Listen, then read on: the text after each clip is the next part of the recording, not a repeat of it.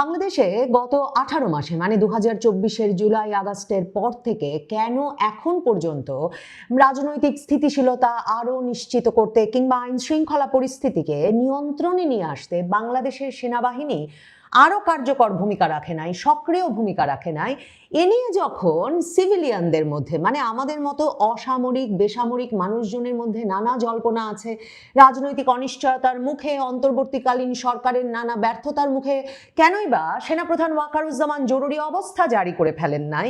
এমন সব আলোচনা জল্পনা প্রত্যাশার মধ্যে সেনাবাহিনী বিষয়টাকে কেমন করে দেখেন, সেনাবাহিনীর ভেতরে সেনাপ্রধান ওয়াকারুজ্জামানের ঘনিষ্ঠ যে কর্মকর্তারা আছেন তারা কিভাবে বিষয়টাকে ব্যাখ্যা করেন তা বুঝতে সম্ভবত একটা বড় ধরনের সূত্র পাওয়া গেছে ভারতের প্রভাবশালী সংবাদ মাধ্যম দ্য উইককে সাবেক সেনা কর্মকর্তা মেজর জেনারেল ফজলে এলাহি আকবরের দেওয়া একটা সাক্ষাৎকারের মাধ্যমে। ফজলে এলাহি আকবর শুধুমাত্র অবসরপ্রাপ্ত মেজর জেনারেল বলেই মানে একজন সাবেক সেনা কর্মকর্তা বলেই একজন তাৎপর্যপূর্ণ ব্যক্তি তাই নয়, তিনি হচ্ছেন সেই ব্যক্তি যাকে কিনা ওয়াকারুজ্জামান 5ই আগস্টে রাজনৈতিক দলগুলোর সঙ্গে বৈঠক আয়োজন করতে এবং কিভাবে সেনাবাহিনী আর রাজনৈতিক দলগুলোর মধ্যে একটা সেতু তৈরি হবে সে বিষয়ে আলোচনা করতে সবচেয়ে বিশ্বস্ত সবচেয়ে নির্ভরযোগ্য ব্যক্তি হিসেবে ডেকে নিয়ে এসেছিলেন তার সেনা ভবনে। মেজর জেনারেল ফজলে এলাহি আকবর তিনি বেগম খালেদা জিয়া বিএনপি চেয়ারপারসন বেগম খালেদা জিয়ার নিরাপত্তা এবং প্রতিরক্ষা বিষয়ক উপদেষ্টা ছিলেন এবং 4 আগস্ট দিবাগত রাতে 5ই আগস্ট হয়ে গেছে তখন ক্যালেন্ডারে, এমন একটা সময়েই সেনাপ্রধান তাকে এই অনুরোধ করেন যে তিনি যাতে সকাল সকাল সেনাপ্রধানের বাসভবনে পৌঁছে যান এবং তারপর তার আয়োজনে দুপুর 1টার দিকে রাজনৈতিক দলগুলোর সঙ্গে সেনাপ্রধান বৈঠকে বসেন যেখান থেকে অন্তর্বর্তীকালীন সরকার গঠনের আলোচনাটা শুরু হয়। এখন এই ফজলে এলাহি আকবর সরাসরি বলছেন যে বাংলাদেশে তিনি বরাবর রাজনৈতিক ব্যক্তিবর্গকে বলে এসেছেন যে মিছিল মিটিং করে কিচ্ছু হয় না, যখন বাংলাদেশে সেনাবাহিনী বলে এনাফ ইজ এনাফ, যথেষ্ট হয়েছে এবং আমরা আর এই সরকারের সাথে নাই, তখনই বাংলাদেশে শুধুমাত্র সরকার বা রাজনৈতিক ব্যবস্থার পরিবর্তন ঘটানো যায়। এবং তিনি মনে করিয়েছেন যে একদিকে যেমন এই অন্তর্বর্তীকালীন সরকার ইউনূস সরকার ওয়াকারুজ্জামানের গড়ে দেওয়া, ঠিক তেমনিভাবেই হাসিনা সরকার শেখ হাসিনা সরকারের পতন ঘটেছিল ওই কারণেই যে সেনাপ্রধান ওয়াকারুজ্জামানের নেতৃত্বে সেনাবাহিনী তখন এই অবস্থান নিয়েছিল যে যথেষ্ট হয়েছে,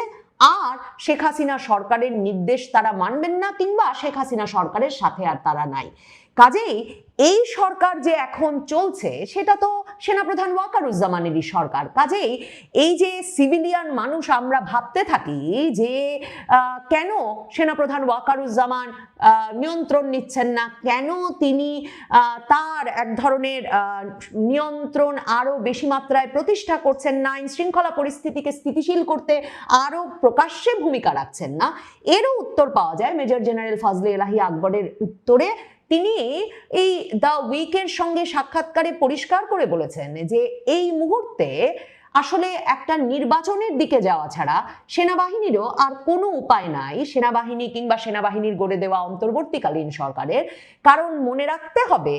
যে সেনাবাহিনী বছরের পর বছর মাসের পর মাস এমনভাবে রাজপথে মোতায়েন থাকতে পারে না। কাজেই রাজপথে মোতায়েন থাকা সেনাবাহিনীকে ব্যারাকে ফিরিয়ে আনতে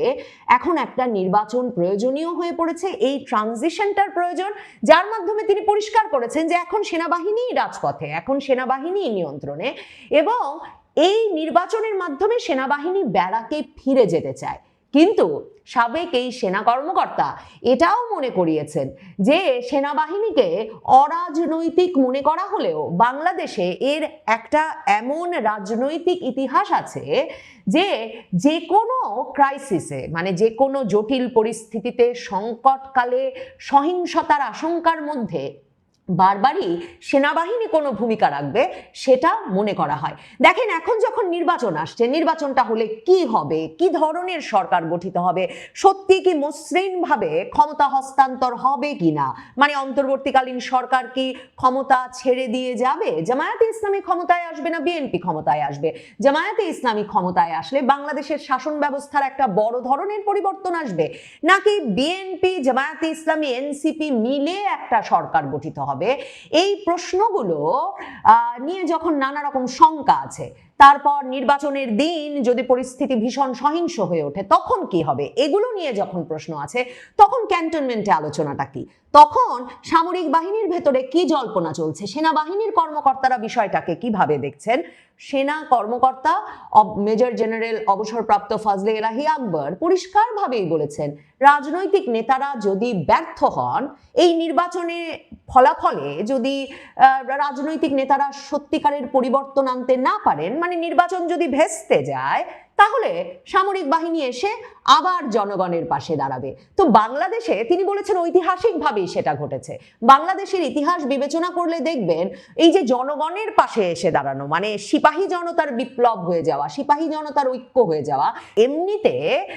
যদি আপনি তাত্ত্বিক ভাষায় সেটাকে ব্যাখ্যা করেন, সেটা আসলে সামরিক বাহিনীর কু, সেটা সামরিক বাহিনীর ক্ষমতা গ্রহণ, এবং সেই সামরিক বাহিনী তার মানে ওয়াকারুজ্জামানের বাহিনীও এখন প্রস্তুত আছে, সেনাবাহিনী প্রস্তুত আছে নির্বাচন ভেস্তে গেলে, রাজনৈতিক দলগুলো ব্যর্থ হলে, রাজনৈতিক নেতৃত্ব যথাযথভাবে নিয়ন্ত্রণ প্রতিষ্ঠা করতে না পারলে সেনাবাহিনী নাকি আবার জনগণের পাশে দাঁড়াবে, মানে সেনাবাহিনী ক্ষমতা নেবে। পরিষ্কারভাবে এই সাবেক সেনা কর্মকর্তা বুঝিয়ে বলেছেন ভারতীয় এই সংবাদ মাধ্যমকে যে বাংলাদেশের জনগণের সঙ্গে সেনাবাহিনীর একটা ট্রাস্ট আর ইমোশনাল কানেকশন, একটা বিশ্বাস এবং আবেগের সম্পর্ক আছে। কারণ মানুষ মনে করে সেনাবাহিনী কোনো রাজনৈতিক দলের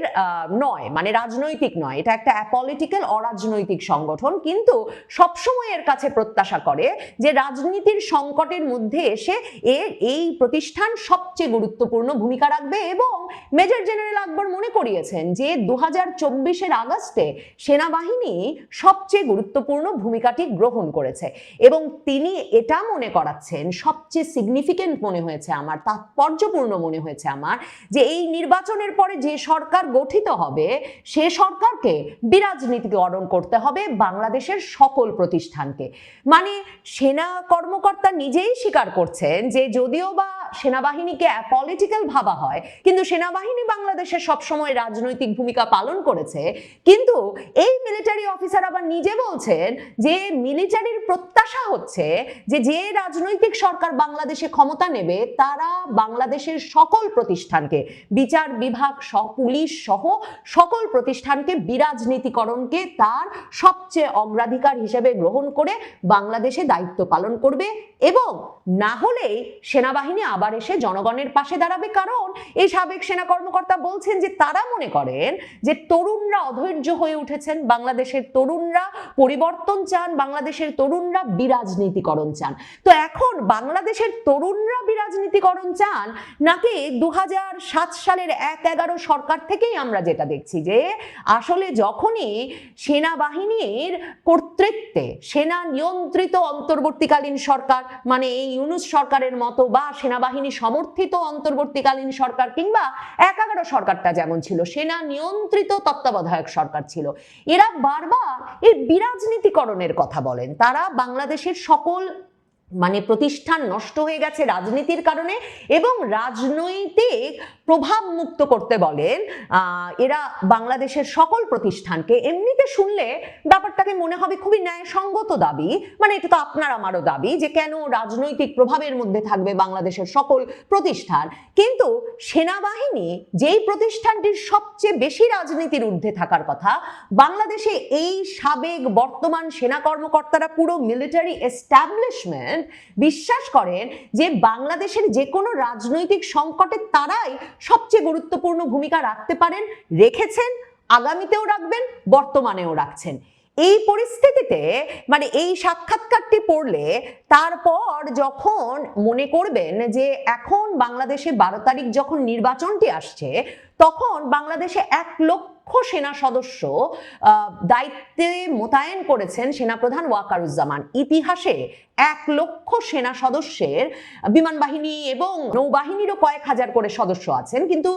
1,00,000 সেনা সদস্য বাংলাদেশে কোনো নির্বাচন পরিচালনার জন্য মোতায়েন হয়েছেন এই রেকর্ড বাংলাদেশে কখনো নাই। মানে এটা সর্বাধিক সংখ্যক মোতায়েনের ঘটনা। এবার বাংলাদেশ সেনাবাহিনীর দাবি ছিল যে তাদেরকে এমন ক্ষমতা নির্বাচন কমিশন দিক যে তারা যে কোনো অভিযোগের খবর পেলেই সরাসরি ভোট কেন্দ্রে ঢুকে যেতে পারবে, তাদের প্রিজাইডিং অফিসার বা ম্যাজিস্ট্রেটের কোনো অনুমোদনের প্রয়োজন হবে না। শেষ পর্যন্ত সেই অনুমতিটা তারা এখনো পান নাই বটে, কিন্তু সেনাবাহিনীর তরফে জানানো হয়েছে তারা ভোট কেন্দ্রের একদম আঙিনা পর্যন্ত এবার দায়িত্ব পালন করবেন। সেনাপ্রধান ওয়াকারুজ্জামান সেনাবাহিনীর সদস্যদের উদ্দেশ্যে বিভিন্ন জায়গায় গিয়ে গিয়ে বক্তব্য রাখছেন এবং রেখে বলছেন ভোট কেন্দ্র এবং ভোট বাক্স দখলের যে কোনো প্রচেষ্টা তারা সর্বাধিক গুরুত্বের সঙ্গে মোকাবেলা করবেন। এবং অন্যদিকে সেনাপ্রধান ওয়াকারুজ্জামান আবার সেনাবাহিনীর বিষয়ে কি জানি রিল ইনকিলাব মঞ্চ থেকে প্রকাশ হয়ে গেছে বলে